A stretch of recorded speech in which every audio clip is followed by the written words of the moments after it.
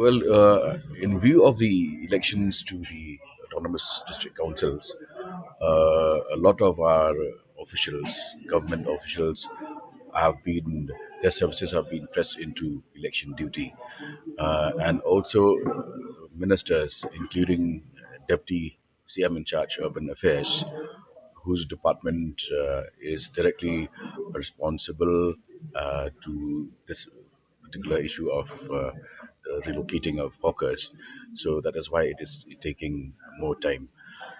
But as he has shared, and I have shared with you too last time, the process will be on, and it's just a matter of time now because we have also gone ahead with the identification of the new locations for these hawkers, beginning with the Kandailat area first. As I kept telling you, the associations have already been part of the process. We have been in constant discussions with them for the past 1 year.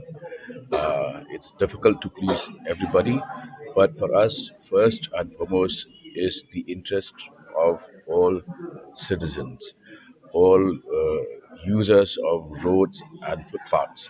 Therefore, we should be able to ensure that the interest of one section of society should not stand in the way or impede or clash with the interest of another section of society.